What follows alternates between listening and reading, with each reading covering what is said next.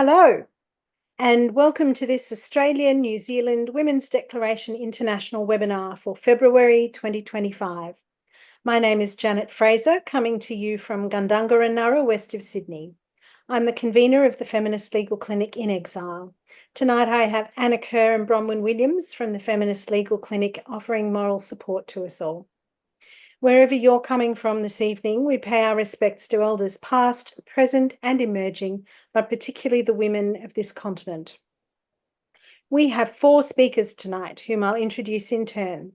A reminder that the presentation is recorded and question time is not. When we end for question time, I'd appreciate it if you use the Q&A box so I don't lose your questions in the chat. If you wish to speak, please use the raise your hand icon and I will keep a running list of the order in which I see you appear. And now to introduce our excellent speakers. Jill Ovens. With 20 other women, Jill and co-leader Dawn Trenberth started the Women's Rights Party in the week after Kelly J. Keen's visit to New Zealand, the 25th of March, 2023.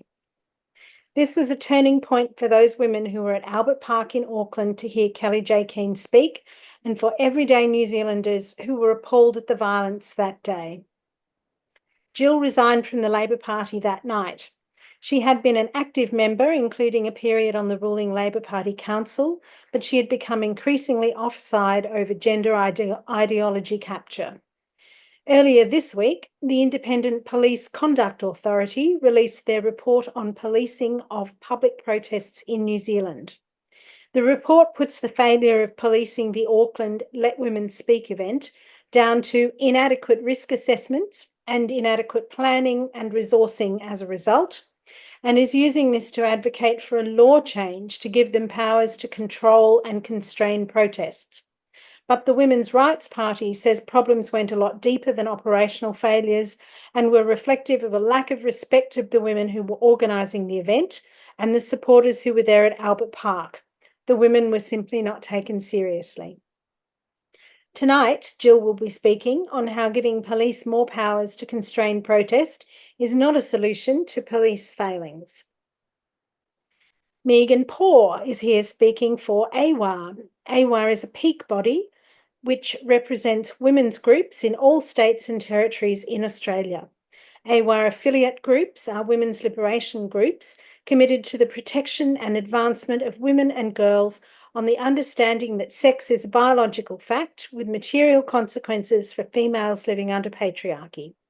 AAWAA is secular, independent, and unaligned with any political party. They advocate for women and girls, especially in domains where we face discrimination or vulnerability because of our sex. And now to the Scottish visitors. Welcome. Baker is a member of Tribunal Tweets. Tribunal Tweets is a volunteer collective of citizen journalists who are dedicated to open justice in the UK. It is a working team of about 10 women. They report via live tweeting on cases that focus on freedom of speech and belief, often but not exclusively touching on gender ideology. Formed in 2020 to cover the fitness to practice hearings of Dr. Helen Webberley and her husband, Dr. Michael Webberley, for running an offshore gender and hormone clinic. Their unique form of reporting caught on, and they covered what are now well-known cases in gender-critical circles. Maya Forstater, Alison Bailey, Ros Adams, and Edinburgh Rape Crisis Centre. Tribunal Tweets has also cooperated with Women in Australia to help capture reporting on Tickle and Giggle, Lesbian Action Group and the AHRC, and a great resource of press for Deeming and Pursuto. Tribunal's tweets have about 40,000 followers on 2 Twitter accounts and approximately 10,000 followers and subscribers on Substack. The free speech and gender-critical legal community in the UK believes that we have been instrumental in piquing large swathes of the public to the real-life implications of gender ideology in the workplace, in political parties, and in public life. Baker retired after a successful professional career in 2018. This was not her plan for retirement, but it is work that needs to be done. And last but not least, we welcome Elaine Miller. Elaine is a fellow of the Chartered Society of Physiotherapy, specialising in pelvic floor disorders. Elaine lives in Edinburgh, a city which is taken over every August by the world's biggest arts festival, which is how she landed up exploring the use of humour as a health promotion tool with her stand-up comedy shows about women's health. Elaine is a member of Can SG and Scott PAG or PAG. Networks of clinicians with concerns about gender interventions and the wider impacts gender has on women's services. Elaine is going to update us on the research into high levels of testosterone and women's pelvic health and what care women who have used cross-sex hormones are likely to require. What an amazing panel. I'm so excited about tonight. So I would like to hand over to Jill. Jill Ovens, please go ahead. So kia ora everybody from Aotearoa, New Zealand. So as Janet introduced, we finally got the Independent Police Conduct Authority report, and that was released earlier this week.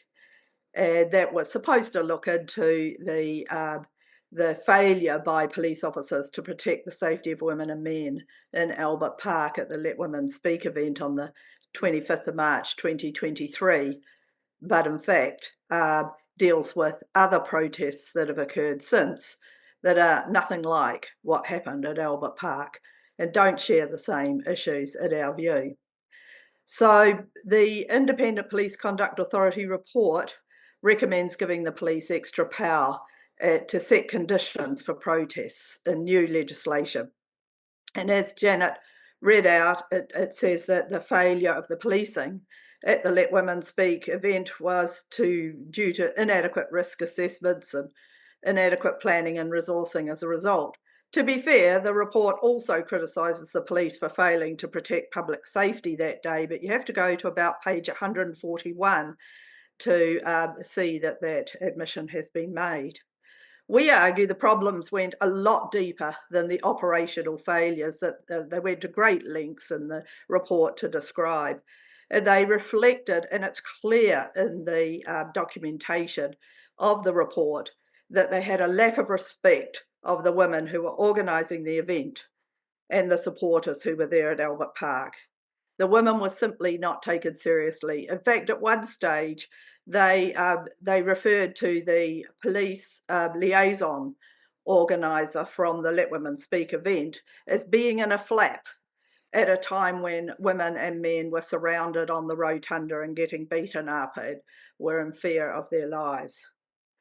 So as I said, the report itself is 156 pages, and it is heavily critical of the way the police handle protests in general, and that's what's been used to argue for draconian recommendations that would give the police more powers. But if you want to read the report about the Let Women Speak event, you have to go to page 77 to an appendix. And so, the admission of failing was to protect public safety was clearly buried at the end of the extensive report that gave much more attention to these minor police failings in other protest settings. It also, and I just want to attribute this to Sasha Jones, who's on the call, who mentioned that it radically understates the willful police failings on the day that put KJK's life and the lives and safety of her supporters at serious risk. A risk that extensive videos that were taken on that day, as well as testimonies of police complaints made by the women in attendance on the day, provide ample evidence. It's clear from the report that the police knew well before the Let Women Speak event in Auckland of a heightened threat to public safety, after organisers alerted them to the violent confrontations that we saw at similar events in Melbourne and Hobart the previous week. No one in New Zealand, including the police, could have missed the well-publicised attempts by Green Party MPs to block KJK from entering New Zealand. In addition, there was widely reported incendiary comments by the then Immigration Minister, Michael Wood, and widely distributed social media posts by Green Party and Labour MPs, including Grant Robertson, who was the New Zealand Deputy Prime Minister at the time.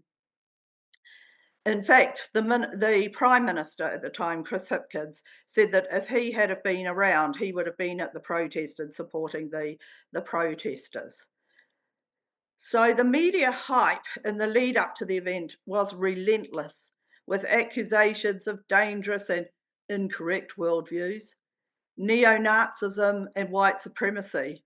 And all of that was without basis and aimed at inciting hatred against KJK and her supporters. In fact, at one time, KJK was fiddling with her jacket, and this was put out all over the TV news that she was making Nazi symbols to far-right extremists. What a load of rubbish. Anyway, at the time, the Minister of Justice, Kiri Tapu Allen, joined the fray 3 days before the event on the 22nd of March with a call to action. And this is what she put in her social media. Let's do what we do, Aotearoa. Stand up, make some noise, and support our trans whānau by showing up and drowning out any bigotry. The Minister of Justice. The Green Party also put out a call to their members to join in the protest, and this was signed by then MPs Elizabeth Kirikiri Golritz-Garriman, both of them subsequently disgraced and no longer in Parliament, and the current Green MP Ricardo Mendes March. As many as 2,000 protesters turned up, making an incredible noise, pushing over barriers, intimidating and threatening the 150 or so who were there to hear KJK and to have a say. And interestingly, the report points out that while the New Zealand Bill of Rights protects all citizens' rights to assemble and to speak, it doesn't say we have the right to hear speakers.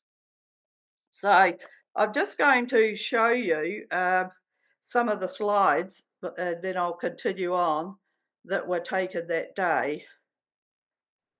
So I need to acknowledge that these are photos from a Radio New Zealand News photo essay.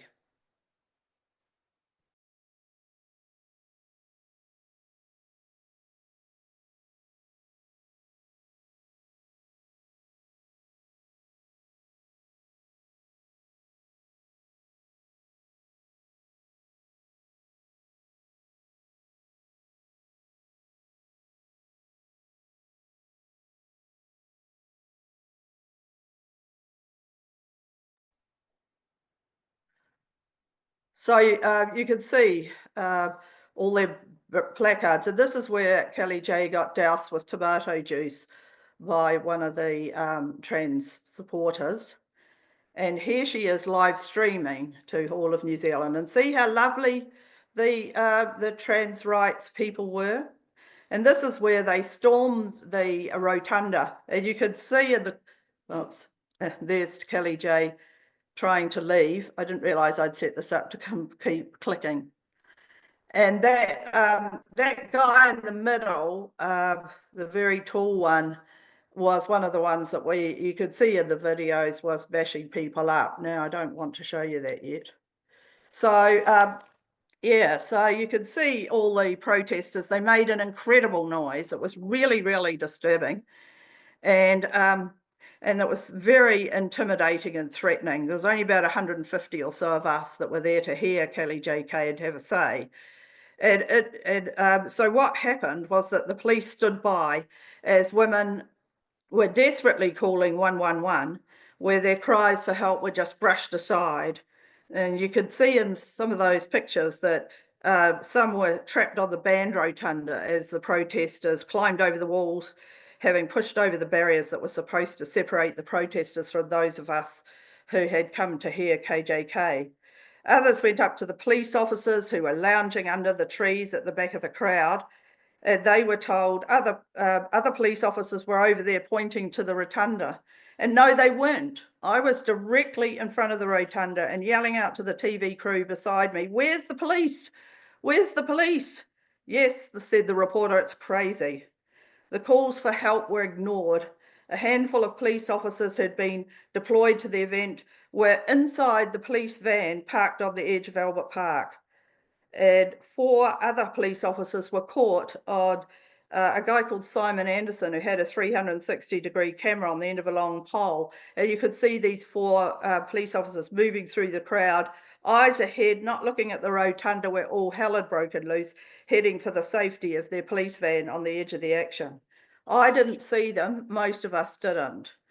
Simon's independent video clearly shows that KJK's security and the marshals saved her life that day, while the police sat in their van doing nothing, with the women literally begging them for help. In an interview on the platform, Linda, the Let Women Speak police liaison person and chief marshal, describes how she made her way over to the police van and knocked on their window. She was desperate for police to come and help. The police officer in charge told her they don't have a duty to protect the women. The protesters have a right to protest. That's what she was told. And that's a lie. Police do have a duty to protect public safety. Disorderly behaviour is a crime in New Zealand. It is a crime to assault someone, as we can see clearly in Simon's video. We see a man with a leather and metal protector on his forearm pushing and shoving Linda, who was wearing a pink marshal's vest. You see him literally throwing her to the ground. He was never charged. All the while, Tanya was knocked to the ground, kicked and trampled on, and as can also be seen in these videos, objects were being thrown at KJK. Her security officers and supporters, as they tried to get away from the baying crowd, were just being tried. They were trying to push them down onto the ground so that they could lay into them. And you can see a large guy, that was the guy that I showed you at the end in drag, shoving KJK supporters aside as he tried to get to KJK. And he wasn't the only one. KJK says they were out to kill her. I think they probably were. She won't come back to New Zealand as she thinks we're all crazy. And it was only after that when the police officers finally act. Not till KJK and her security got to the edge of the park. So what they suggest in the report, the police said that they had responded by assisting private security guards and facilitating the main speaker to leave and others to leave if they feel unsafe. And that is nothing short of a lie. If we can get the video going at the end of this, you could see that. So in the aftermath of the release of the police conduct report, Women's Rights Party members were reporting on Facebook that they've completely lost trust in our police. Being at Albert Park and experiencing firsthand the lack of response by the police has left many of us wounded, one said. The report states that the police unit, intelligence unit, I should say, in Wellington, picked up on what was happening in Melbourne the week before the Auckland event. They passed the information on to the Auckland Police, but nothing was done to increase police resources on the day. There were only a handful of police there at Albert Park. So the report criticises the operation commander and the forward commander who were in charge for not properly responding to unfolding events by deploying additional staff to protect the Let Women Speak supporters. And that was deliberate in our view. They knew. And when push came to shove, quite literally, they were nowhere to be seen. They were still in their van. When we arrived, sometime before Kelly J. Keane arrived, we could see the barriers that Let Women Speak organisers had set up. And several metres inside, there was another rope fence. And we assumed that that was where the police were going to form a line to separate the protesters who were already moving towards where we were in the fenced-off area. But the police were nowhere to be seen. And in fact, it turns out they never intended to patrol that area, the no man's land, as it was called.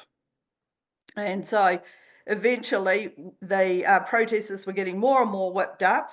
Eventually the protesters burst through the barriers in a very aggressive and intimidating manner, resulting in the violent assault of a 71-year-old woman. That guy was charged and basically let off. A police officer told the Independence Conduct Authority he hadn't expected the rainbow community to be so aggressive. It's clear there was bias on the part of the police, not helped by the training they've been receiving that portrays gender-critical views as hate speech and the trans community as victims. In fact, in their training, as revealed by the Free Speech Union, police were shown pictures of women holding up placards saying there are only two genders. supposed to be examples of hate speech. As one of our members pointed out, that's so stupid.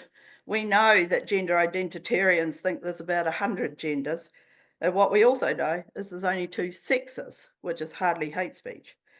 And so the report identifies that police suffer from a lack of legislative guidance, and that's why they want to have more power to facilitate protests and enforce reasonable limits on protests. And that's simply not true. The police officer who told Linda that the Tras have a right to protest was incorrect. We have a right under our Bill of Rights Act to peaceful protest. It is against the law in New Zealand to incite violence, lawlessness or disorder. The presence of leading Labour and Greens MPs encouraging their supporters in amongst the protesters, the sight of protest organiser Chanel Lal clamouring up on the rotunda and shouting through his megaphone, he was subsequently declared Young New Zealander of the Year, and the obvious presence of provocateurs among the protesters should have been a wake-up call, a red light for police on the ground to call in more reinforcements, which they did not. The report says that the City Council notification and approval processes are ineffective. It recommends new legislation around notification and planning of protests. But notification was not the problem. The report documents extensive notification, liaison and planning with both the Auckland City Council and the police by the event organisers from 17th of February, and with increasing urgency to organisers from the 20th of March after we saw what happened in Melbourne and Hobart. But who has to do the notification? The Let Women Speak organisers did notify the police, as we can see in the IPCA report, and as the accounts of the event organisers attest. So we don't need additional laws to extend the police powers. What we need is for the police to fix their internal systems, to communicate with each other and to do their job. Did the protest organisers notify the City Council or the police of their intention to disrupt the Let Women Speak event? We know that police also liaise with the protest organisers on the day, and were given assurances they would be noisy, but the protest would be otherwise peaceful.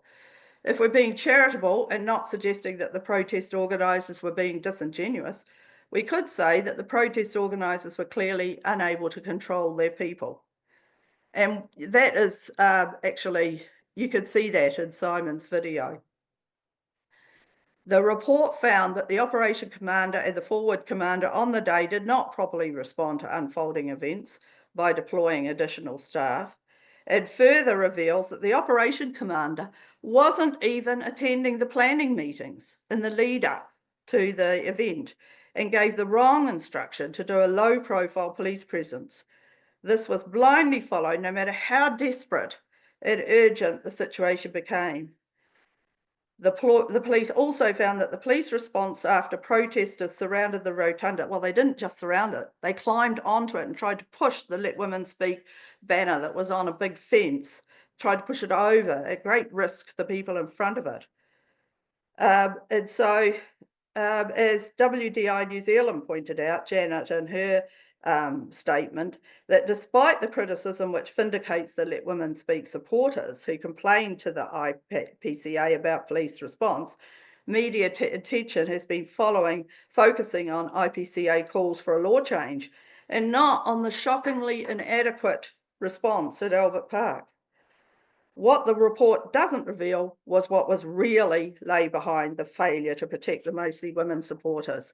Why did the Auckland Police ignore their own police intelligence unit, the event organisers' growing concerns and the desperate 111 calls on the day, including calls from people watching the live stream from all over the country? Did police take their cue from the politicians? Or was there a deliberate decision from on high, either at the level of the Police Commissioner or the then Minister of Police, Ginny Anderson?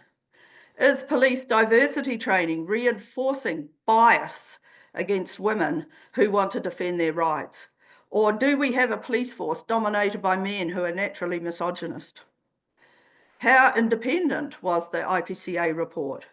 Was the Albert Park analysis deliberately buried in an appendix to hide the real motivation of the report, which is to extend police powers? These are questions that are being raised by Women's Rights Party members and others. Finally, where is the apology to the women and men who were at Albert Park, who are still traumatised by our experience, and those from the wider New Zealand community who continue to suffer from the chilling effect of knowing we cannot rely on the police to protect us? So I did just want to show you, because there is an addendum to this IPCA report this week. So hopefully it'll just show this poster long enough for you to see. So just tomorrow, there is going to be a rally against Destiny Church. And we have and it's responding to activities last week by the outwardly homophobic Destiny Church. In an interview where a reporter asks Chloe Swarbrick, who's the Green Party co-leader, about the poster for tomorrow's event, featuring, as you can see, a muscly male slamming a sledgehammer with such force that rocks fly off. Just over 3 minutes into the interview with Chloe, she laughs off suggestions that using the term "these queers bash back," which you could see on that poster, has violent connotations. She says, no, it doesn't. It's talking about we're going to have a little dance. And so, and yet at the start of the interview, Chloe says it's up to all of society to stamp out hateful rhetoric that could so easily lead to real world violence. What a hypocrite.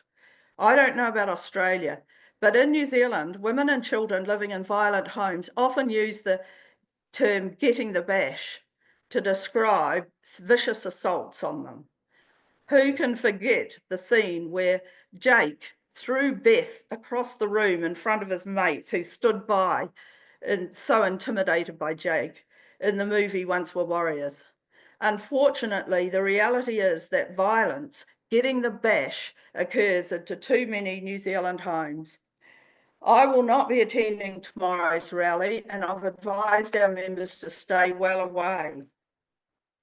It's clear from the promotional material that the organisers expect Destiny Church to front up, and there will be a stoush, and the Greens will be the victims, and they'll be the martyrs. That's how the media will portray it.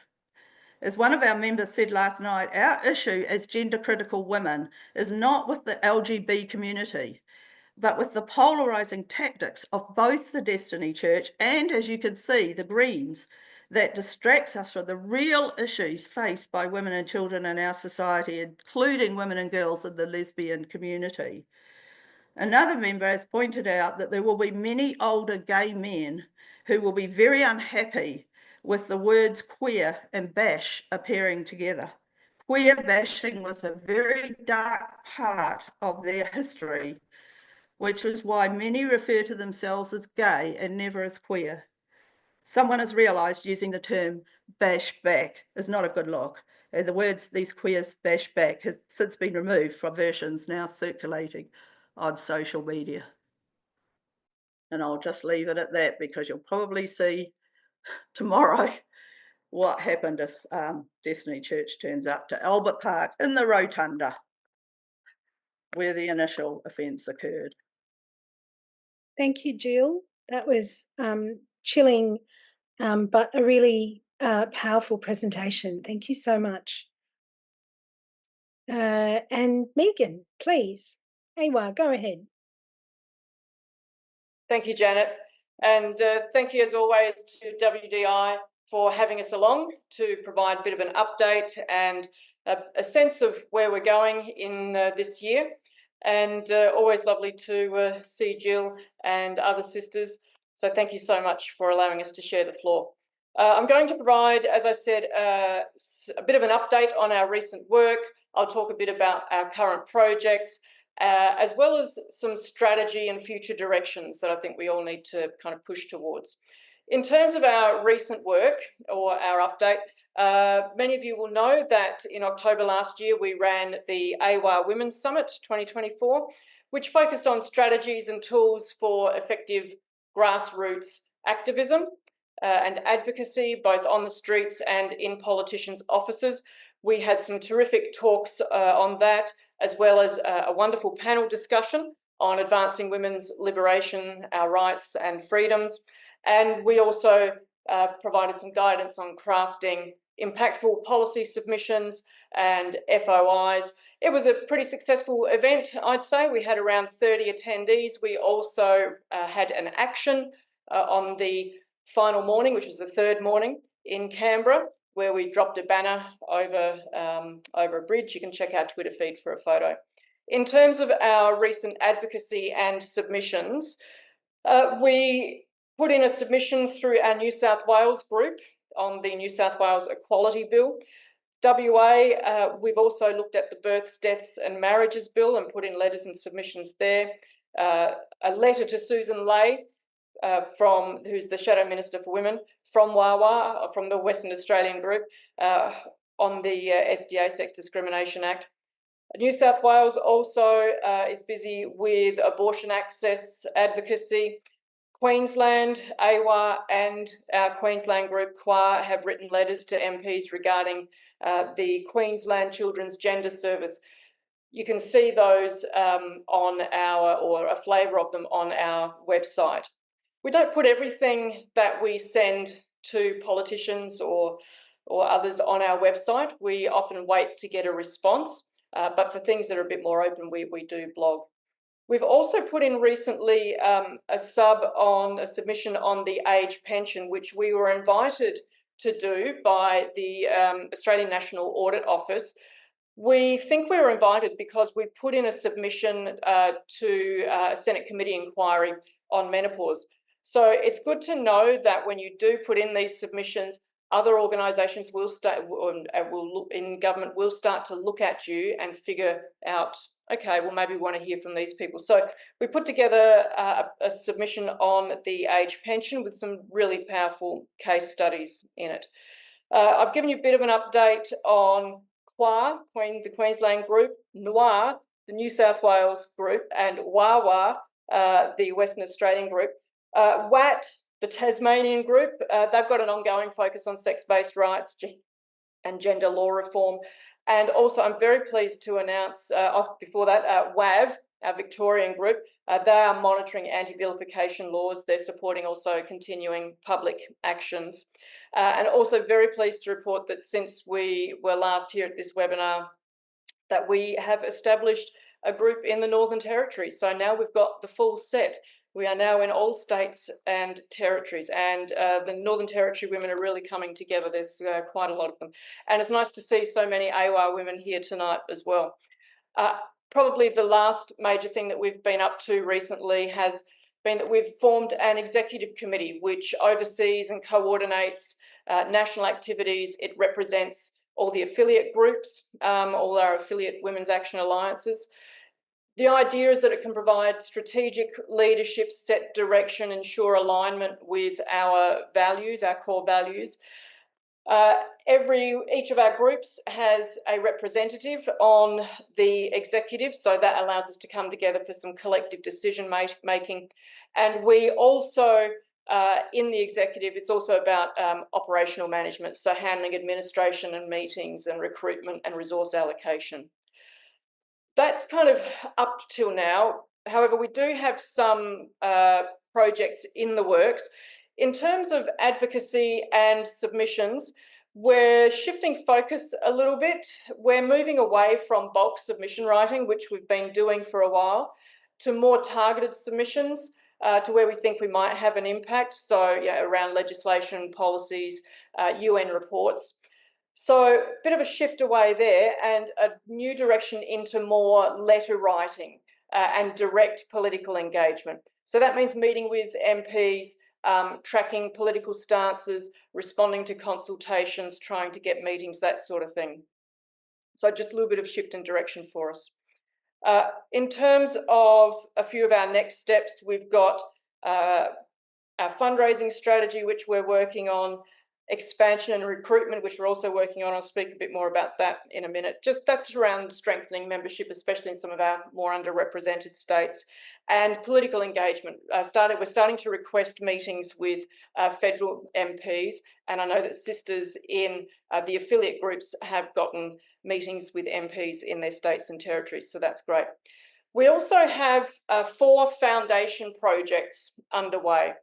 And as we reorient away from bulk submission writing into more letter writing and direct engagement with politicians, we need to really shore up and build further the foundations that we have in AAWAA. So this looks like a number of things, and I'll share this because some of these resources we are building in order to share with other groups.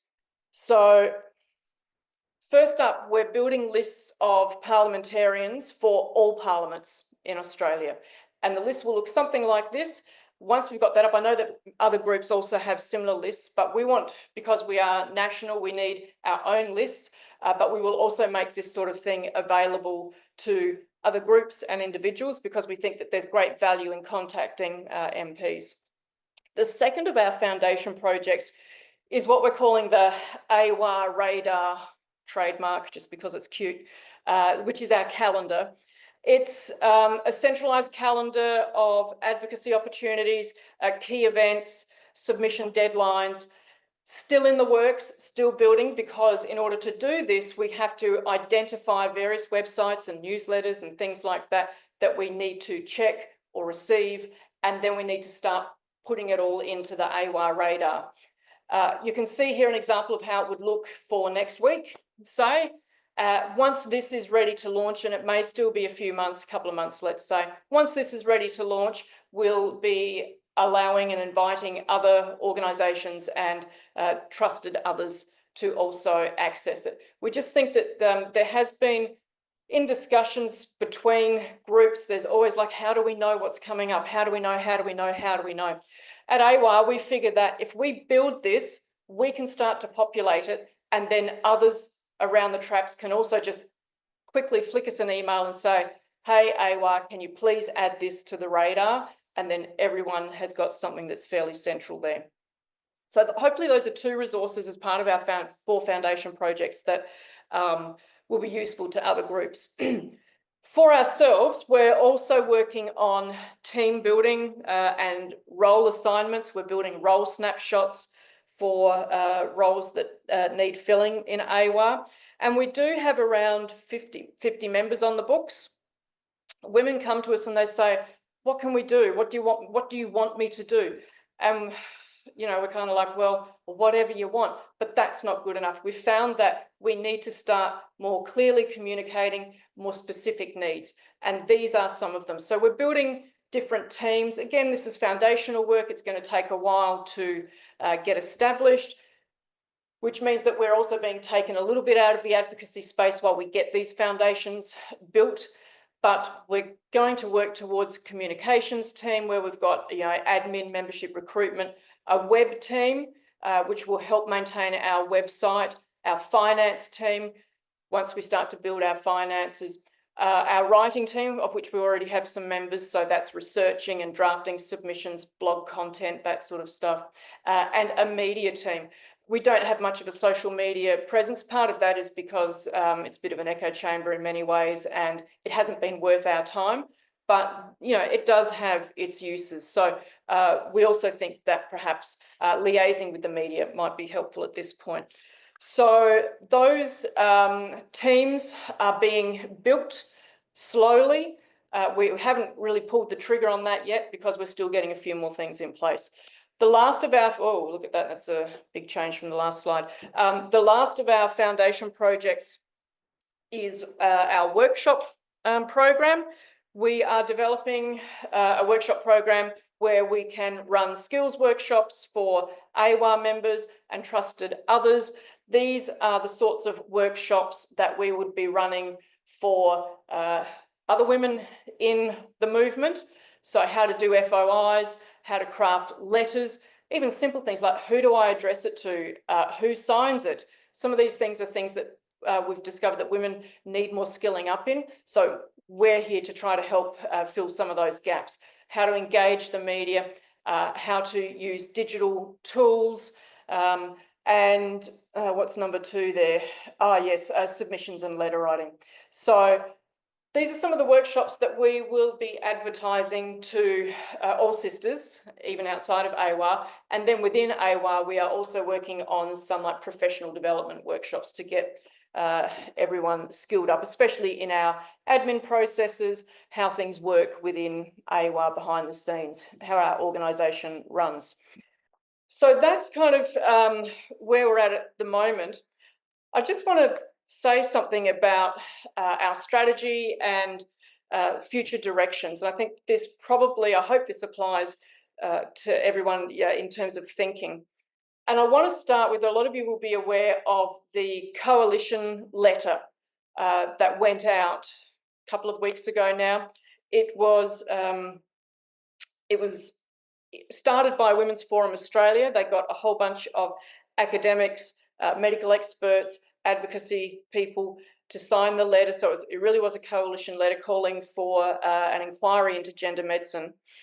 And I just want to say something about that.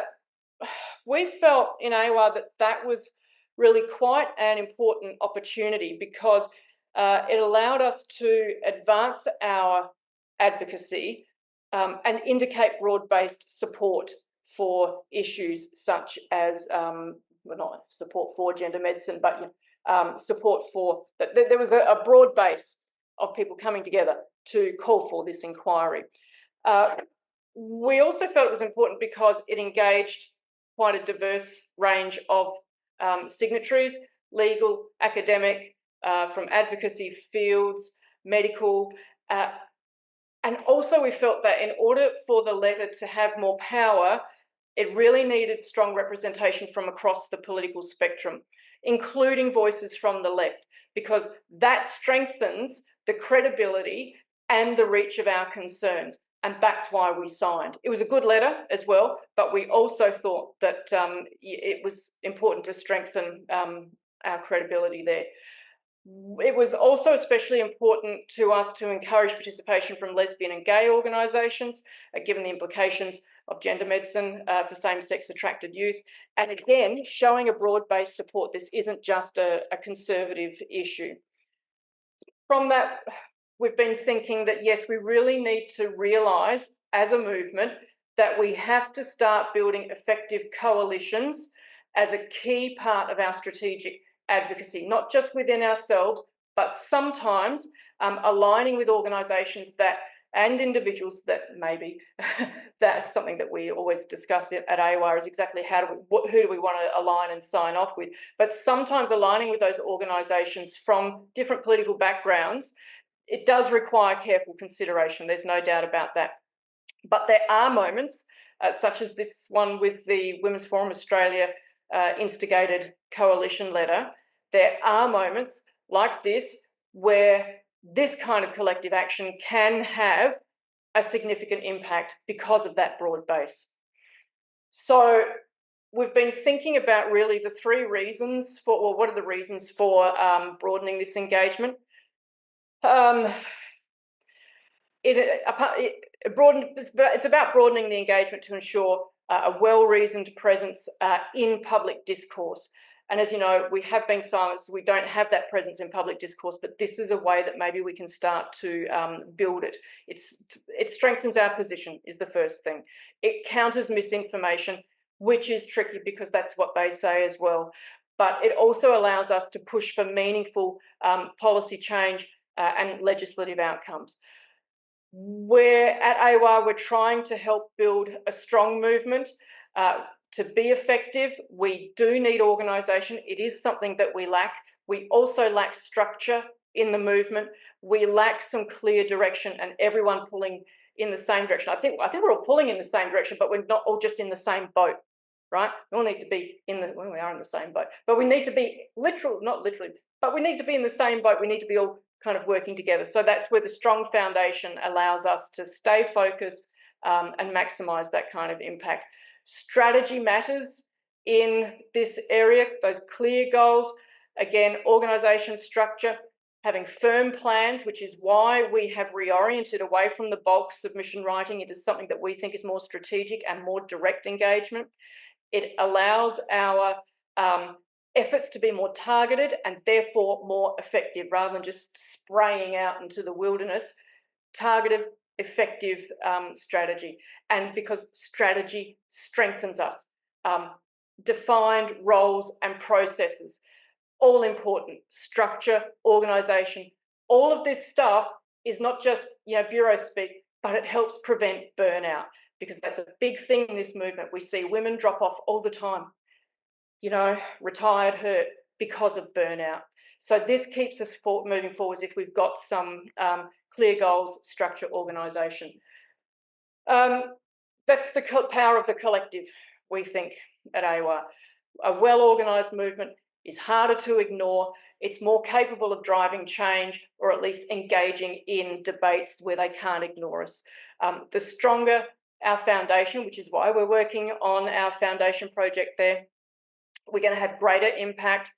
And if we can get organised, we can stay strategic and we can push forward. That's what we've been up to. That's where we're going. I'm just going to share this one last slide in case you would like to get in touch. About AAWAA, Janet, thank you for orienting people to who we are, that we do have affiliate groups in each and every state and territory in Australia. You've mentioned our mission. Our core values are evidence-based advocacy, using facts, rational discourse, highlight and challenge the erosion of our protections. We're non-partisan, as Janet mentioned, so we operate independently of any political, religious or ideological affiliations. We're collaborative, so we work alongside within ourselves. Of course, having 8 affiliate groups means we have to be collaborative between ourselves, but also we do like working alongside other like-minded groups and exploring other possible alliances when necessary. But like-minded groups is always a no-brainer for us. So our main strategy is to address the issues that we deal with, and it's not just gender identity, it's pornography, prostitution, sex trafficking, reproductive exploitation, denial of reproductive rights. Our main strategy is engagement, it's advocacy, interacting with legislators, policymakers, those with duty of care, those with responsibility to safeguard and promote the rights of women and girls, and also doing all of this and maintaining our professionalism. So we hope we have a reputation as a serious, sensible organisation, and we try to build through consensus. This is us. We are AAWAA, the Affiliation of Australian Women's Action Alliances. Those are our details. If you want to get in touch, if you want to join one of our teams, do let us know. There's always a place for you. The teams that we are building and the roles that we are developing are fully supported and they're flexible. You will get help, you will get guidance. We have all of that in place. So again, thank you so much, Janet, for having AAWAA along, and I'm very much looking forward to the next speakers. Thank you. Utterly marvellous. That's fantastic. Thank you so much.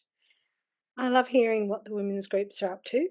So, and now I would like to introduce our speaker, Baker. Please go ahead, Baker.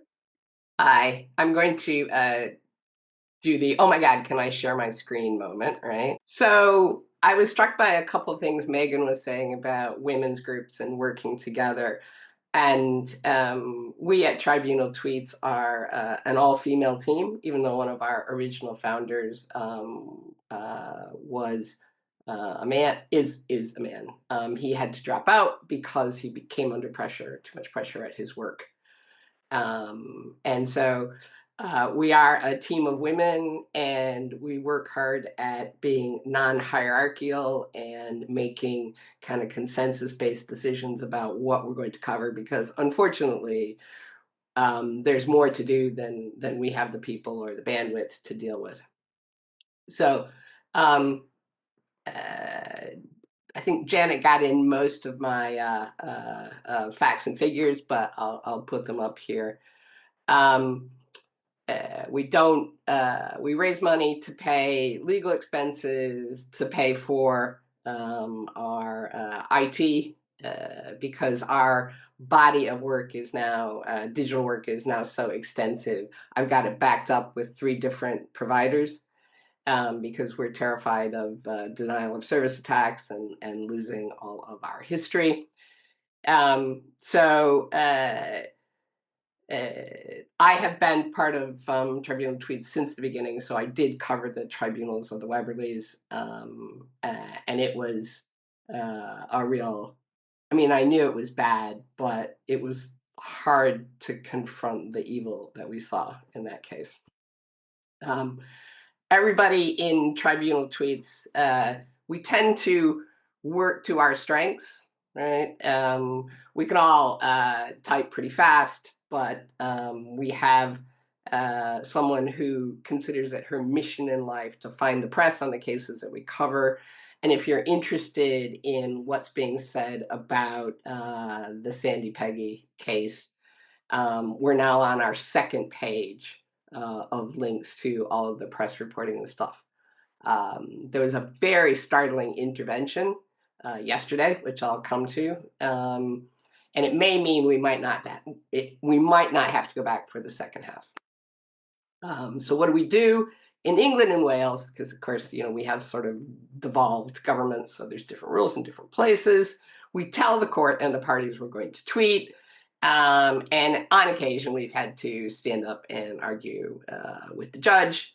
We've never been banned in England and Wales, but a couple times in Scotland, we've had our reporting restricted because the law is somewhat different there. Our barrister, the barrister that works with us, is keen for us to actually have to go to appeal in Scotland at some point. But we're like, you know, that sounds like £20,000 and a whole lot of work that we're not really sure we want to invest, but we'll see. We report what we hear, so winning cases, losing cases, witnesses who reflect well on themselves, witnesses who make themselves look stupid. It's not exactly a transcript because the art is in the edit, the mental edit as you go along. So, for example, Naomi Cunningham is one of the best barristers practicing, and her favorite noise phrase is, "Would it be fair to say that?" Right? So I never now type, "Would it be fair to say that?" I just wait until she actually starts the question. Right? And also, occasionally we'll comment on, you know, okay, now they're faffing in the bundle and stuff like that. But really, our focus is on the key questions and the key evidence. And sometimes submissions, so that's like when the lawyers stand up to argue their case at the end, can be very interesting. But it's the hardest to cover because they're not actually having to look at papers. They don't have the pause between the question and the answer, that kind of stuff. So we beg them in advance for their skeleton arguments, and that can be helpful. We don't interject our opinions. You don't actually have time when you're trying to do this. I think we all feel the same way. It goes in your ears and kind of out your fingers. And occasionally, do we make mistakes? Yes, you know, the infamous, "I did not say that" becomes "I said that," you know, or I say that, right? So we do miss out stuff. If we feel like it's more than a couple of words, you know, you're like, "Oh my God, I was worried about how to spell something, and so I missed the last question and answer." We tell people that. We don't interact with our followers on X. We don't comment. We don't retweet. We don't like other people's tweets. And we don't respond to DMs unless they're business. It was a decision that we made in the beginning, and it's been very good because our defense, you know, we can say with a straight face to the court. Obviously, based on what we cover, you know, we have a point of view. But our work is fair and balanced and objective, and we are not a campaign group.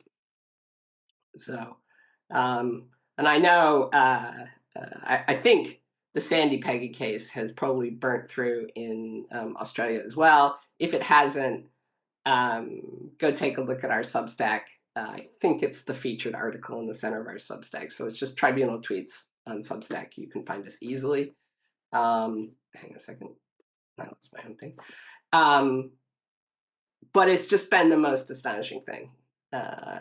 So first thing, I am not a lawyer, right? I spent a lot of time with lawyers in my professional life, but so I'm going to try not to give you any legal opinions. I can, it's like my impressions and stuff. So what happened? A nurse objected to a trans woman doctor using the female changing room for the A&E department. The doctor filed a complaint of harassment. The nurse was suspended. The investigation has gone on for 15 months, not yet concluded. They asked her to return on different shift patterns. It's the usual, we all bow down to the god of trans, right? If a trans person said it, it must be true. There are, I think we're going to find, if the documents get produced, there's a smoking gun. The head consultant in the A&E department wrote to people and said, our full support is with the doctor. This is before there was any investigation. So it's all the usual stuff. It's basically the organizational processes breaking down, right? And something that's probably important, and we actually tell both litigants and sometimes lawyers this, the point of a tribunal, right, is not, an employment tribunal in particular, is not to referee the workplace argument, right? Yes, trans women are women. No, trans women aren't women, right? That is not that is not what the tribunal is there to do. The tribunal is there to say, did the organization follow its processes and treat the employees fairly, right?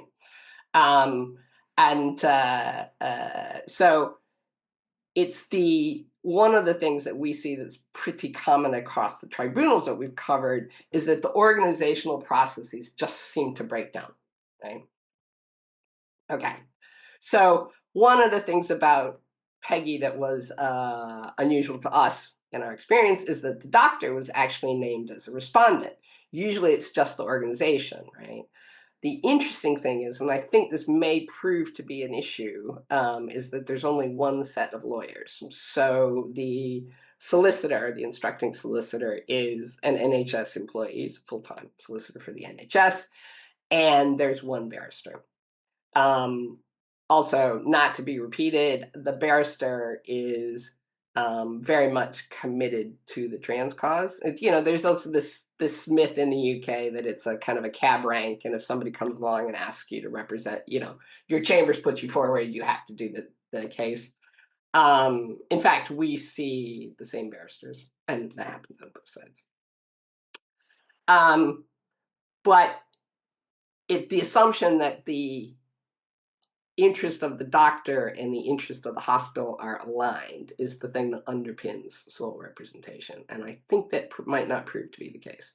Anyway, so the respondents applied to have the entire hearing in private. And if that wasn't granted, then anonymity for the doctor and the key witnesses, right? These applications were denied. This has all been going on for me. I think I started corresponding with the tribunal and writing submissions and appearing at hearings and stuff like that in early September. Right. So where are we today? We've had, it was scheduled for 10 days. I thought it was never realistic. It was going to go 10 days. They ran out of time. That's called part heard in legal speak, right? Then, of course, you need to get all the same barristers and judges, and it's a panel of 3 judges. So it's a judge and 2 lay members. You have to get everybody in the same room again, and they've decided they need another 2 weeks. That's July. Do we get to July? I don't know, and I'll come back to that. So there's various legal things going on between now and then. The claimants are looking to add another respondent. That would be the A&E doctor who nailed her colors to the mast, if you will.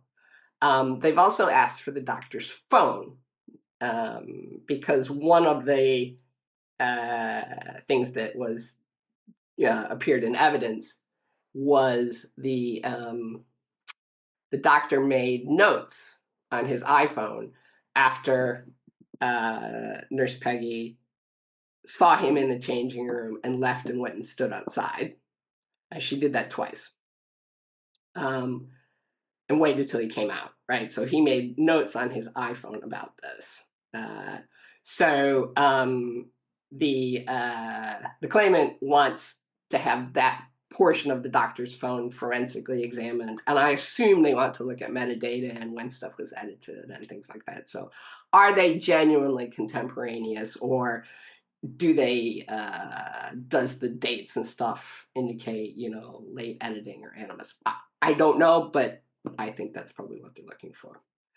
And then the disclosure, the production of documents. Tribunals aren't like, you know, you can't just, the claimant can't issue a subpoena for anything and everything without being very, very specific.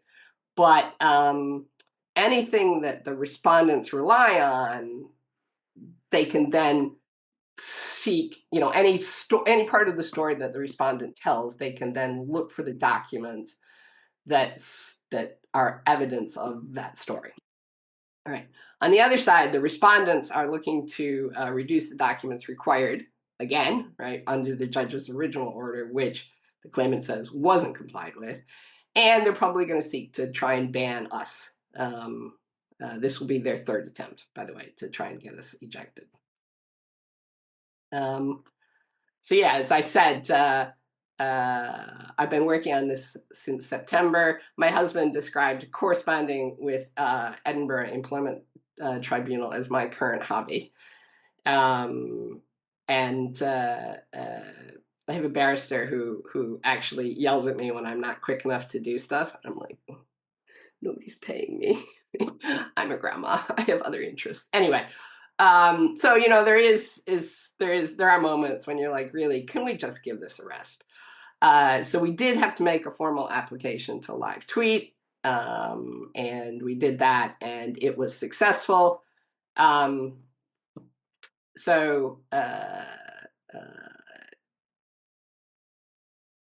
I did mention this before, it's not to referee the argument, but are we treating our employees fairly? So the relevant legislation is not only the Equality Act, because it does apply, but there's workplace legislation from 1992 that sets out requirements to provide single-sex provision for employees, right? And basically, you either have to have, you know, I mean, if you have 2 employees, probably not an issue, but if you require employees to change at work, which of course in hospitals you do for infection control purposes, then you have to provide single-sex changing rooms, or you have to say, okay, from 3 to 4, the men use it, and from 4 to 5, the women use it. So it has to be either separate facilities or facilities that have, you know, are only available to certain sexes at certain times. Okay. So again, anybody who's on Mumsnet, which also follows us pretty closely, I am not a lawyer. Sandy's evidence was direct, but her direct evidence and her cross-examination, that's what XX means in tribunal tweet speak, was really hard for us to listen to. Why did she finally say something to the doctor, right? You know, because she's menopausal and she had one of those kind of explosive periods, and she was convinced she had bled through her scrubs, and she's standing there in the changing room waiting to clean herself up. And he, you know, and that's when she finally, apparently that's her, you know, description of why she finally said something. And also, she talked about, you know, sexual assault when she was a teenager by her GP. And, you know, you can go read the stuff in the Substack, in the threads that are all linked from the Substack. But it's had tremendous burn through in Scotland and the UK. And I was up in, the tribunal was held in Dundee, and I was up there. I think I was up there for 6 days. I went 3 days one week and 3 days the next week. And like even the bartender in the hotel was talking about it, right? So and you know, the young and the woke, well, you would think younger and woke, but there were 9 representatives of the press there on the first morning. And it was the BBC Scotland, the Daily Mail, various Scottish papers, other parties, other big bloggers and stuff.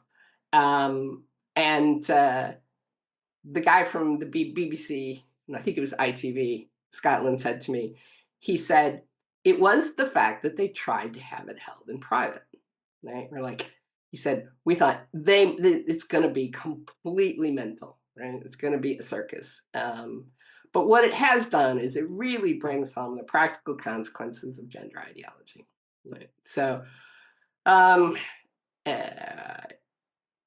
we had the whole thing. They set up a video conference observation. It got overwhelmed and crashed. And the judge said, right, we tried that. We're not doing that anymore. The only people who have access to the video conference are the accredited press and tribunal tweets. So there you go. We had 20 million tweet impressions over the 2 weeks. We're not positive that's a record. We won't be verified on X, so we don't have access to the good analytical tools. There's practical reason we don't want to be verified. It's because we could write long form tweets, right?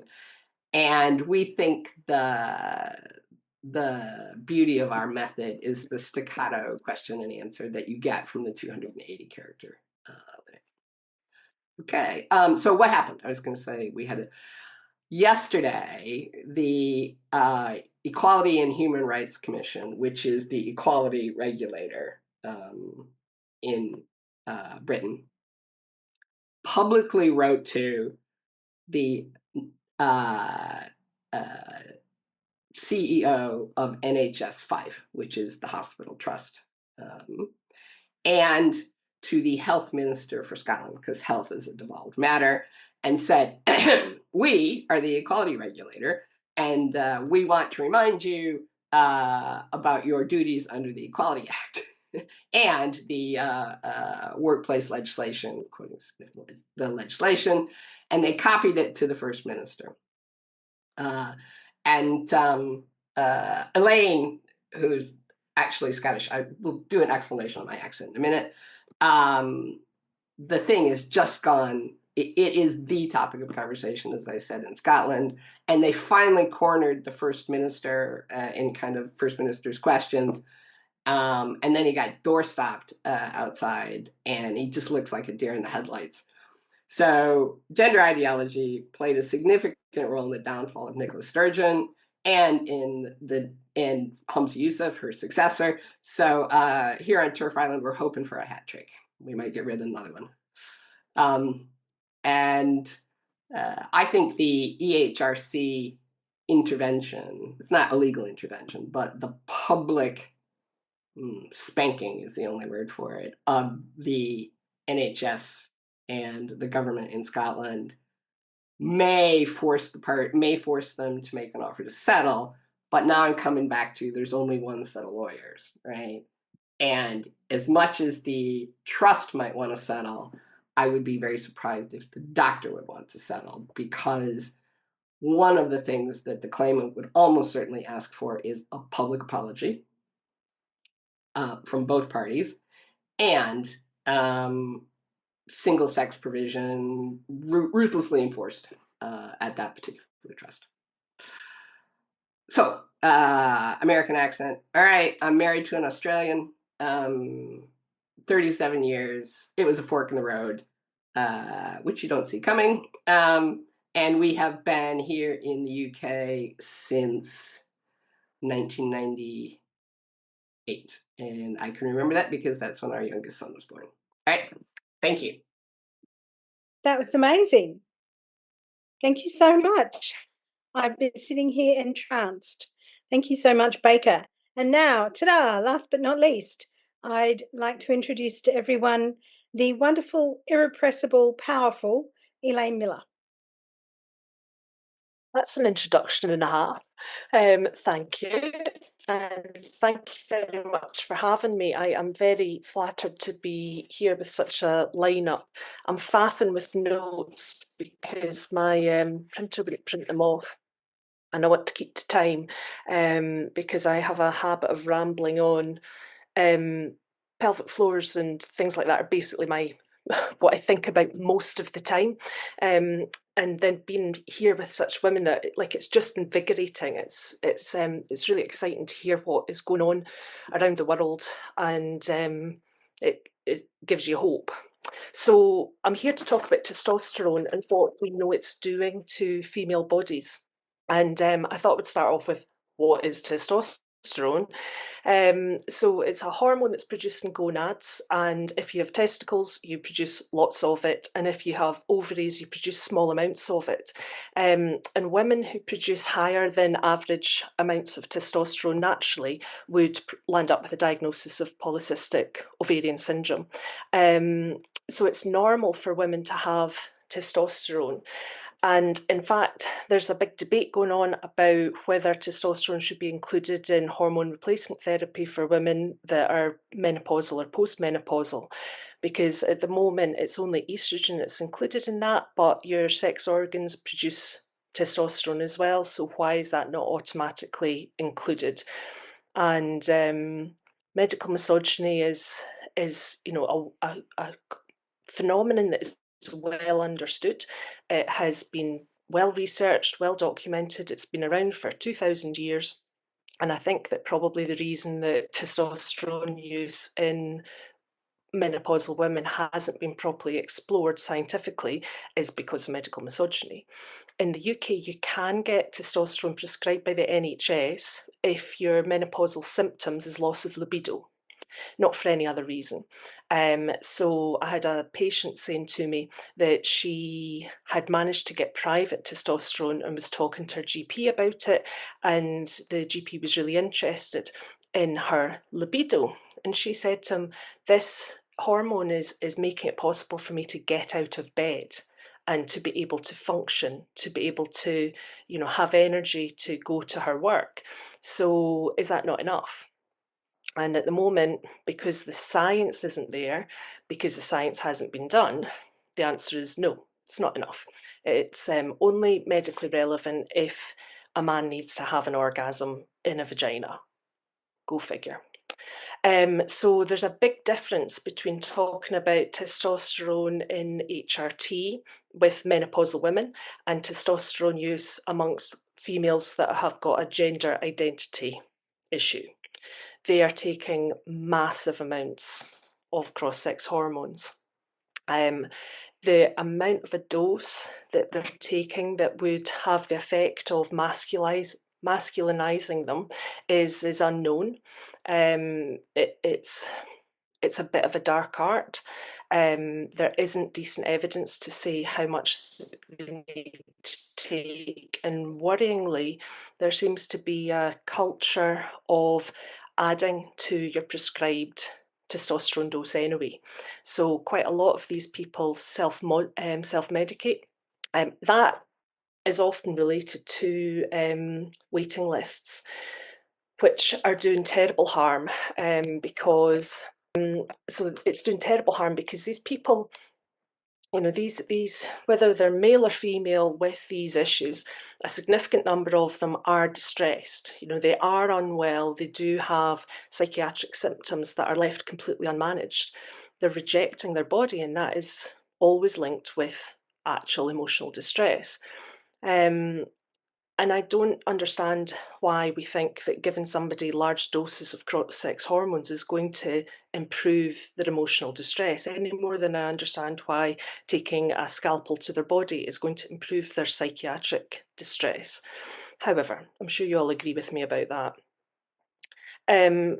When a woman takes large doses of cross-sex hormones, the effect of the testosterone, there are physical changes. So her hair growth will increase and her muscle growth will increase.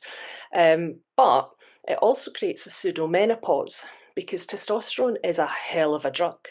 It's a really powerful hormone, and if you put it in large doses into a female body, it effectively knocks out the function of the ovaries.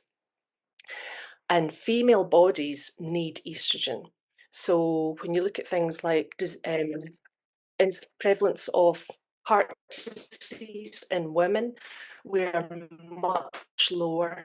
We present far less often with heart disease than men do, because estrogen has a protective effect of your cardiovascular system. So once we're menopausal, then our risk rockets because we lose the estrogen, because your ovaries pack up. So what happens to these women that knock out the action of their ovaries by taking cross-sex hormones? They become menopausal. Now, it's not a true menopause, because if they stop taking the testosterone, then there's every chance that their ovaries will kick back in and that they will start producing estrogen again. So it's not a proper menopause. The definition of menopause is that you stop menstruating for 12 months and you're no longer producing eggs. So there's a real lack of data about what this population of women are actually doing. Part of that is because in desperation they're self-medicating. One woman that's a detransitioner told me that she had been making testosterone in her house, like she learned chemistry in order to produce it completely independently. So goodness knows what she was actually making, but she believed it to be testosterone, and she certainly was masculinized. There's also a worrying lack of effort to attempt to gather data on this population that are taking these drugs. Part of that is because I think that the people that are prescribing the medication simply don't want to know.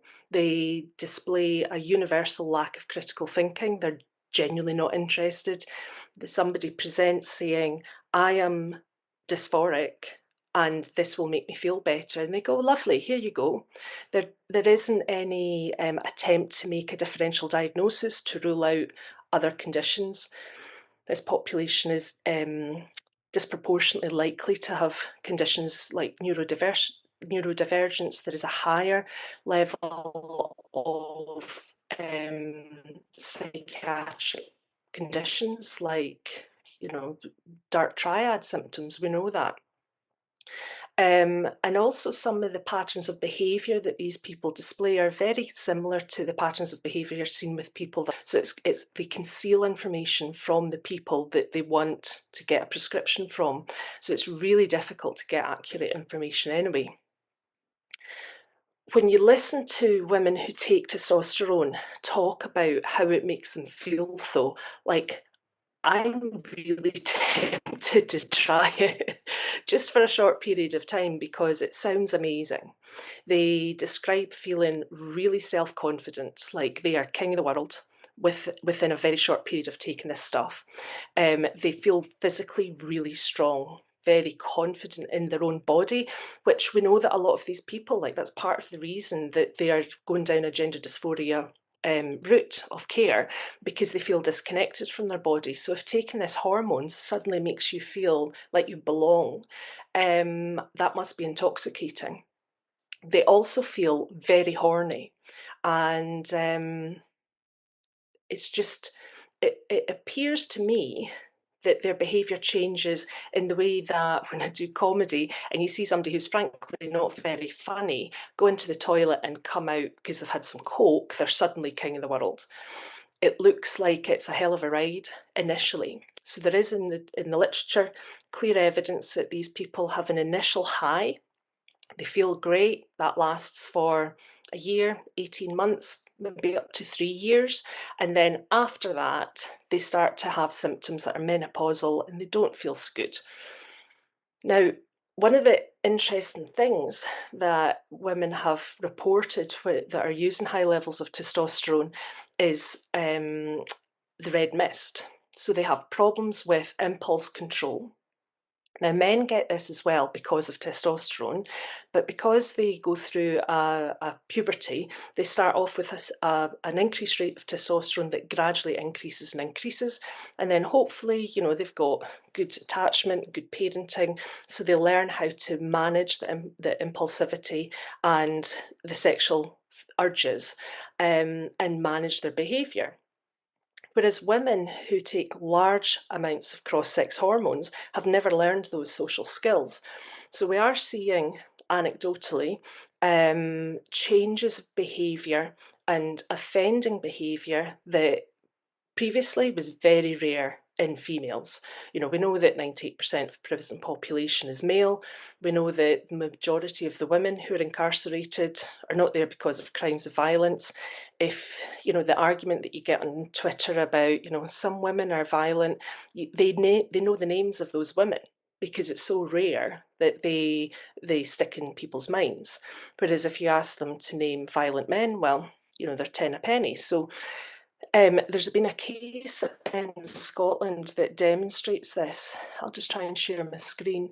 Yesterday, a young person, a 17-year-old, that the BBC reported as a boy, but the Times said was a girl, but trans-identified, pleaded guilty to having a plan to commit a mass shooting in Edinburgh in school. This individual's deeply unwell.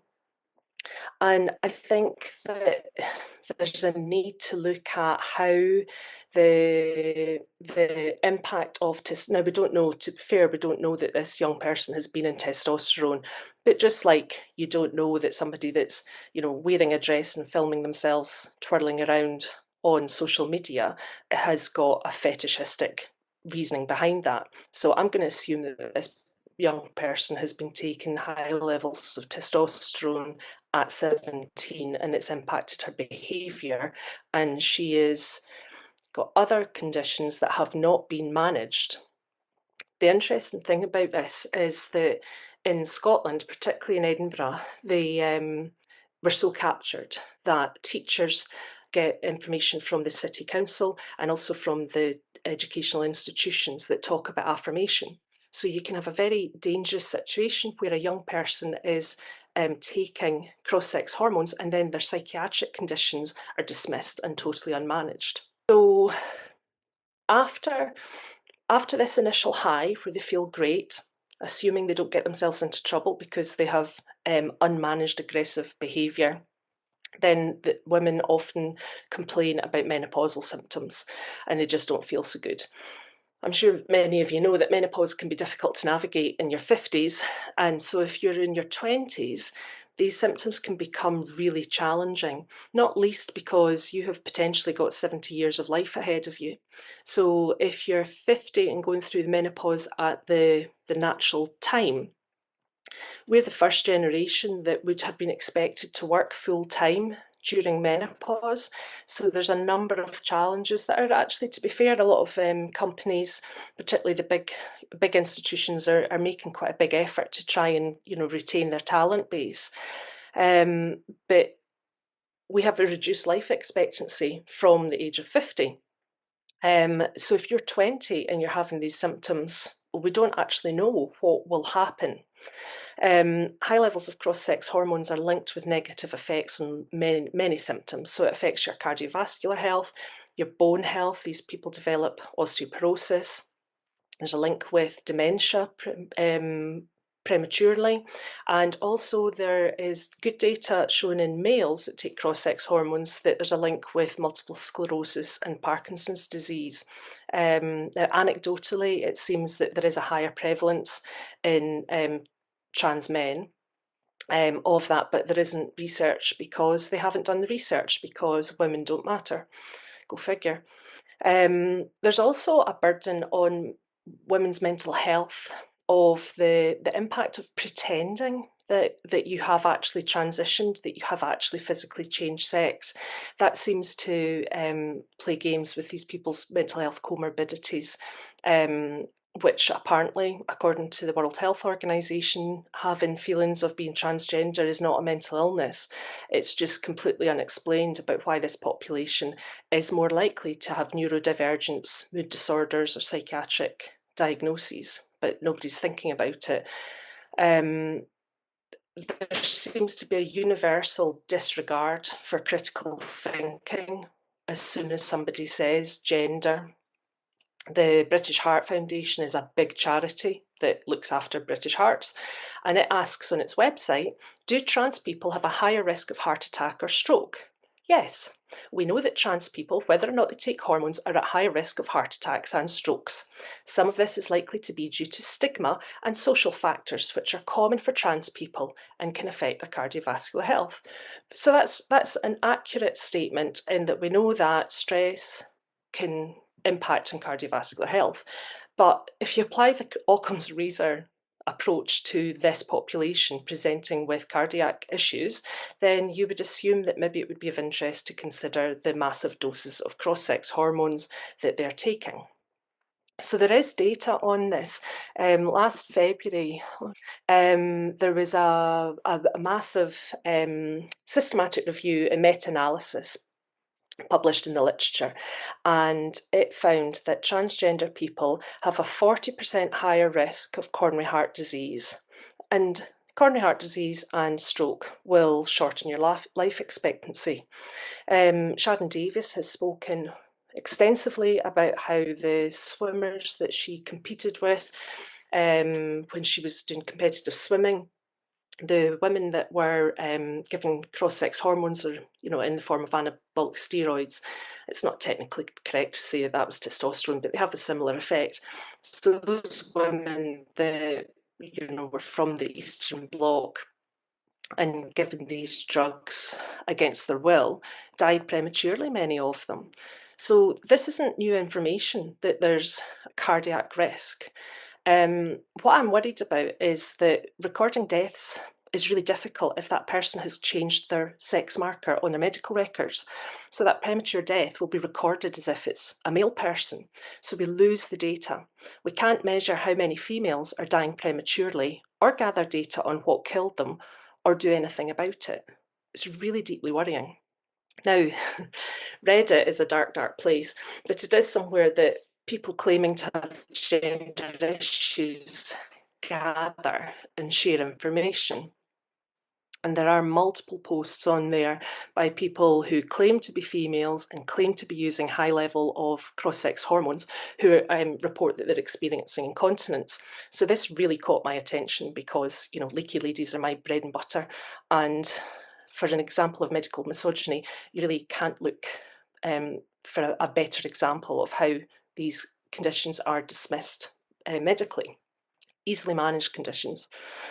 So this study was done in April last year, and it looked at the prevalence of pelvic floor dysfunctions in trans-identified females. So a pelvic floor dysfunction is where you have a pelvic floor that's either not strong enough to support the organs, so you wet yourself a bit when you laugh or cough or sneeze, or the muscles aren't relaxing enough so that you have difficulty peeing or pooing, or if you indulge in penetrative sex, it's painful and often not very satisfying because orgasms are in part a flickering contraction of your pelvic floor. So if your pelvic floor is working really well, then you have really good quality orgasms. There's not gold standard evidence for that, but you could try a little study experiment of your own. So this study was a good study. It was a very well constructed questionnaire, and it had validated tools to assess incontinence. It looked at sexual dysfunctions and constipation. Now, they only had 6 to 8 participants in the group, so it's a small number, but this is quite difficult to access these people. And also it's done from people who are coming from clinic. So with any luck, they are more compliant with the dosing that they're taking. But the shocking thing from that study was it found that 94% of them, these young people, had a pelvic floor dysfunction. So taking these cross-sex hormones is going to knacker your pelvic floor, 94%. Nearly 50% of them had sexual dysfunctions, and these are young people, like they should be out having fun. 40% of them had bowel issues. And if you struggle with constipation, or if you have bowel incontinence, which affects about 10% of women, then you know how difficult that is to manage. It is one of the most intrusive things that can ruin your quality of life. And nearly 87% of these young people were incontinent of urine. So what does that mean for them? Because women who are leaky at any age, we know that they stop exercising, they stop having sex, they experience anxiety, and they adjust what they do. So they change the way they travel, they don't go on long distance drives, they change what they wear, and they adapt their lifestyles so that they avoid situations where they're likely to leak. There is a difference between the trans-identified females who have got bowel problems compared to women who don't take cross-sex hormones. Often that is linked with birth injury, and so we're going to assume that the trans-identified women who are reporting that they're incontinent, that's not because they've had, you know, an injury to their anal sphincter. But I'm really concerned that we'll see that coming, because some of these people do get pregnant and do manage to, you know, see a pregnancy to term, and their uterus and their vagina are menopausal if they've been using cross-sex hormones, even if they stop with the medication for the, you know, for the benefit of the fetus and to protect the pregnancy. The quality of their tissues has changed, and uteruses need to expand, and vaginas really need to expand in order to deliver an infant. Now, fortunately, the practice seems to be that these women that are delivering their infants, they are automatically going for a caesarean section. But that's assuming that she engages with healthcare and antenatal care and it's all booked and organised. So I'm really concerned that we will see people trying to deliver their baby and sustaining birth injuries that, you know, inflexible tissue. I actually find it really difficult to even think about because it's going to be complex. Now, these papers that I've shown you are both a year old, more or less, and so far there has been no service planning anywhere that I can find to manage and treat these known risks to these populations. It takes an average of 17 years from the publication of a paper to impact on clinical practice, which is a long time, and I suspect that this population just doesn't have that long to wait. So the question that I'm interested in is, why do they have pelvic floor problems? So I'm going to show you a picture of a pelvic floor, not mine, you'll be glad to know. So the pelvic floor muscles are obviously the thing that is filling in the hole at the bottom of your pelvis, and they've got some holes in them to allow your, you know, your bowel and your vagina and your urethra that attaches onto your bladder to have space for them to you know, exit your body. And the job of your pelvic floor is to squeeze and lift to support the organs that sit on top of that. So that's your rectum, your uterus if you have one, and your vagina and your bladder. So if you look at a side-on version, it's usually described as a muscle hammock because that's what it is. Like, it's there holding everything up. If your pelvic floor wasn't there, your liver would fall out, and that's not great. So it's quite a useful, does a good evolutionary purpose. But this demonstrates to you the importance of having muscle bulk. So if your pelvic floor is strong and bulky, then you've got more strength, so it can do its job more effectively. And we know that with estrogen loss at menopause, you lose muscle bulk, and that affects all of your muscles. So women often discover that opening jam jars is very difficult because they've lost strength. And there's a big push to try and get women that are menopausal to do weightlifting, because heavy weights maintains your muscle and that reduces the risk of falls, and also you need to open your jars. So that affects your pelvic floor as well. That's why a lot of women have absolutely no pelvic floor symptoms, no leaking, no sexual dysfunctions, no problems until they're menopausal. And menopause is a great leveler when it comes to pelvic floors. It doesn't matter how many babies you did or didn't have, what sort of delivery you had. Once you're over the age of 51, which is the average age of menopause, then we're all the same. We've all got the same risk. So for these young people that are basically debulking their pelvic floor, then they're going to lose some of the support in these organs. And I assume that's what's going on. But we don't know for sure. Now, the good news is that in menopausal women that have got symptoms, we know that pelvic floor exercises work. Within, if it's stress incontinence, if a woman does pelvic floor contractions 3 times a day for 3 months, 94% of them will get dry on their own without any intervention, just with a bit of education. And I don't see any reason to assume that this group of females that are taking cross-sex hormones will be any different. I do wonder about women that are, they've got a small frame, they take testosterone, they go down the gym, they're always filming themselves doing curls, bicep curls. It's quite unusual when you look at the social media content that this population produces, because there's quite a lot of that, which is interesting in itself. You rarely see them filming a workout where they're doing like lats works on gyms. It's often stuff that's done below their shoulder. And I wonder if that's because if you have a double mastectomy, they're losing their shoulder range of movement. And actually they've got shoulder problems as well, but that's not related to testosterone. However, if they bulk up and your muscle mass increases, it can change your posture, and posture has a big impact on how your pelvic floor works. So that might be relevant. So I would assume that what we need to do is just find ways to improve the muscle bulk for these women, and also treat their sexual dysfunctions. Most of them will develop vaginal atrophy because that's what happens when you run out of estrogen. Women will experience itchiness in their vulva. Sex can become really painful. Even some women describe it like having paper cuts in their vulva. And so, looking after their hygiene becomes really, really painful. It's a hobby horse of mine because it's easily treated with localised estrogen. NHS England has just licensed so that you can get yourself over-the-counter estrogen cream to put on your vulva, because it's super safe. Although it's got estrogen in it, it's a very low dose and it's only enough to affect the tissue that it's applied to. There's no systemic effect.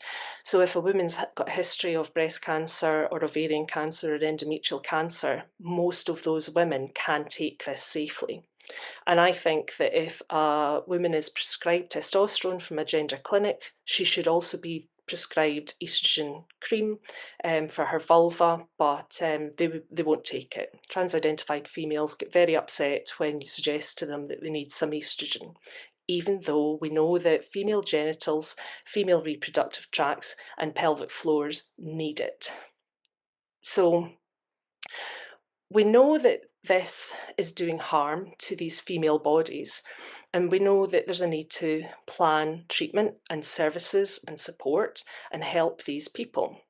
But there's a complete lack of will to even consider this, because in considering it, then you're recognising that some of the effects of transition are unwanted, that these are negative things. And there's a real issue amongst the community themselves, the gender community, where they're discouraged from sharing information that is unwanted effects, because there's a concern that they'll put others off. Like, well, you should. Like, living with these symptoms is really unpleasant. Not having confidence that you can travel on the bus to get to your work without wetting yourself is not nice. So they should be talking about this and they should be finding solutions. And the uncomfortable truth is the solution is probably not having so much testosterone in your body. This appears to be knowledge that is lacking in gender clinicians. So I know a gender clinician in New Zealand, and we had a conversation about this a couple of years ago, and she was completely unaware. She did not know that this was a consequence, because the people that she's prescribing it to, they come back to clinic and they say, yeah, I'm really happy because I've got a beard and I'm bulked up and I believe myself to look more manly, so don't take that stuff away from me. And they don't report the negative effects. And she hadn't done enough due diligence to find out. She was quite happy to prescribe this stuff without the knowledge. So I sent her some information and she said that she would go and speak to her gynecology colleagues and get back to me. And that was 2 years ago. So presumably she's having a problem finding their office, or she was told something that she didn't want to hear. The same is true within physiotherapy. Like, there's gold standard evidence that for these conditions, physio works. physios are cheap, but there's no workforce planning whatsoever. And it would appear that physiotherapy bodies are, without exception, completely accepting the gender transition as a positive thing, and there are no negative effects. And we just need to wave pom-poms at these people instead of looking at what the evidence base is actually saying. I'm quite cross about this. The further problem with that is that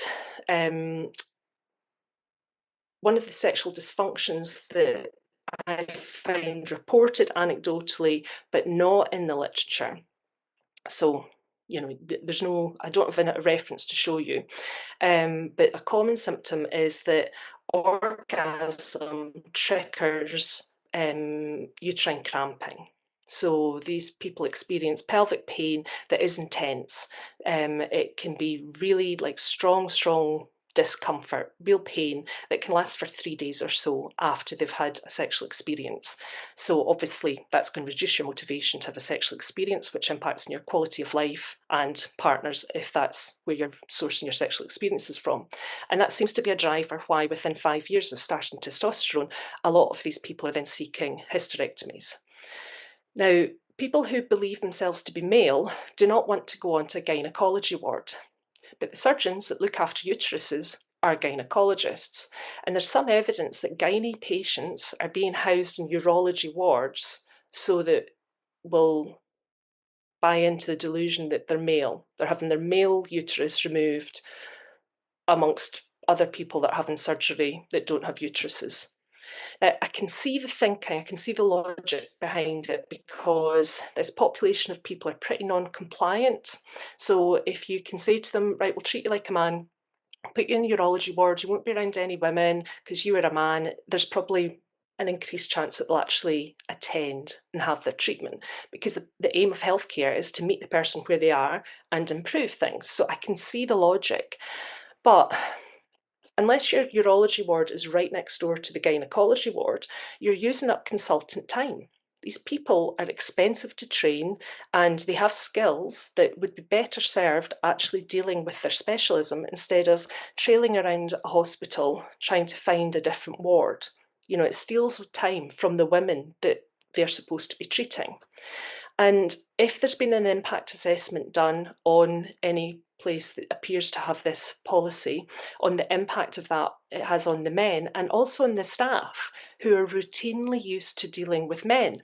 So when you look at, like, you know, blood results and just the sex affects everything. So the basic knowledge that these people are working with, the nurses and medics are working with, is radically different between what they're used to, which is male bodies, and what's been imposed to look after, which is a female person. It just sounds like an accident waiting to happen. So one of the interesting things is that if a woman desists from taking testosterone, her physical changes don't revert. So the hair growth is permanent, the hair growth loss on your head is permanent, the genital changes, so they get an increased size of clitoris, which is not pleasant because it can be very super sensitive and it can extrude from between the labia, so it's not protected and gets irritated with clothing. If you know anybody that complains about this, the only solution that I've heard people find is helpful are period pants, because they're a bit more padded. And unfortunately it's called clitoromegaly, and it's not going to go away once they stop taking testosterone. You just need to manage it as best as you can. And I asked Will Malone, the medic at CEDAW, the American body of clinicians that are concerned about this, which is also, I should have said earlier on, that's what CanSig and Scott Pag are. It's clinicians here. The websites are very good, lots of information on them. So what Will said was that testosterone bonds to cells and it changes the DNA. So that's why the beard growth is permanent. And obviously that is going to impact on ovaries, because, you know, females are born with all of the eggs that you're ever going to have, and potentially the testosterone that you're taking is going to have an impact on that, which has clearly got an ethical issue for if these women go on to have babies. So to finish, I would like us to think about what Andrea Dworkin said, because we should all listen to Andrea Dworkin over everything. And this quote I have at my desk all of the time to sort of, it really struck me when I read it, I don't know, 30 years ago, because feminism is for all women.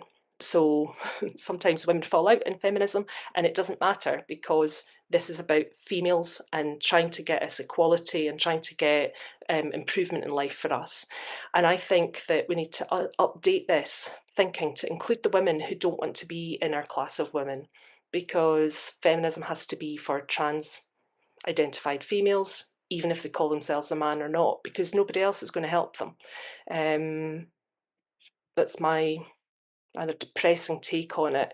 You know, we've known about this for 2,000 years. Why would they step up now for these people? They get no press, they get no funding, all the attention is on the males, and they are females, so they're part of our gang. Anyway, so thank you very much for listening, and thank you very much for having me. And I think I'm the last speaker, so I assume that Janet will pop in and do something next. Thank you. That was really wonderful. So I'd like to thank all of our speakers, Jill Ovens, Megan Poore Baker, and Elaine Miller. Thank you so much for being here. It was an absolutely amazing webinar with such varied, incredible expressions of women's feminism around the world, which is just fabulous. So I know everyone is applauding at home in their lounge room or in their friend's spare bedroom like me, and I will turn off the recording and we'll get to question time.